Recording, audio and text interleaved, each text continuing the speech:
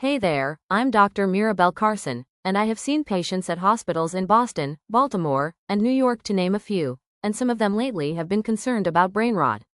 So, let's start with the basics. Brain rot is not an official psychological term.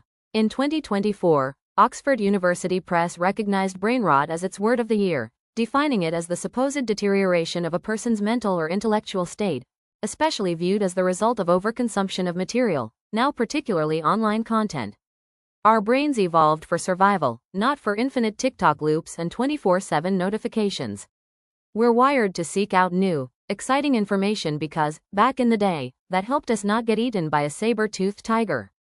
Now, instead of running from predators, we're running from boredom, and our phones are more than happy to help. Social media apps exploit this. Every time you scroll, like, or watch, you get a tiny hit of dopamine. From a psychological standpoint, brain rot is associated with diminished attention span, impaired memory, and reduced critical thinking abilities. This aligns with findings that excessive screen time increases stress, anxiety, and depression, and disrupts sleep patterns. Brain rot works by replacing critical thinking with whatever's trending.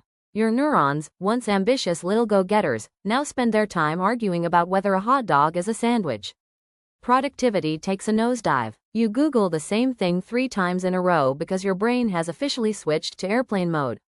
Neurophysiologically, the phenomenon can be linked to changes in brain structure and function. Chronic engagement with superficial content may result in neuroplastic atrophy, where the brain's adaptability diminishes due to lack of stimulation. Studies have highlighted significant negative impacts on gray matter, attention spans, memory, and social cognition associated with prolonged passive consumption of trivial online content.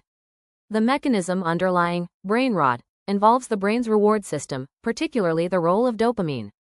Social media platforms utilize features like infinite scroll to provide continuous, novel stimuli, which activate the brain's reward pathways. This constant stimulation can lead to addictive behaviors.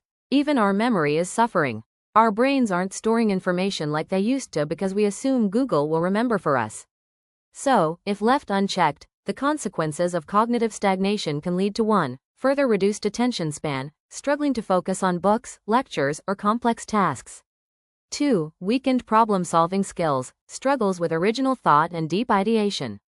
3. Decreased memory retention, difficulty recalling information due to fragmented attention. 4. Increased impulsivity, preference for instant gratification over long-term rewards.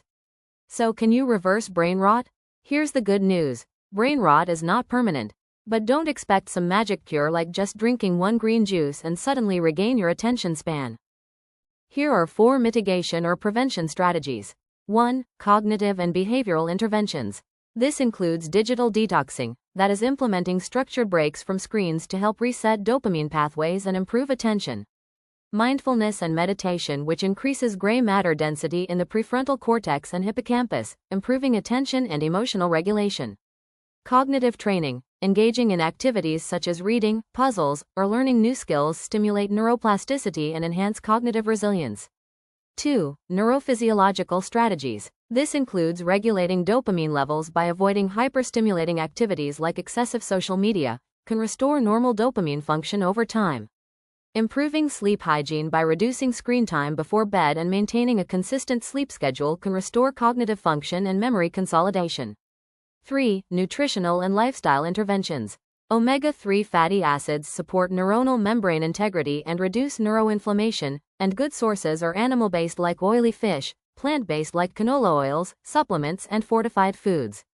Then regular physical activity increases BDNF, brain-derived neurotrophic factor, promoting neuroplasticity and cognitive resilience.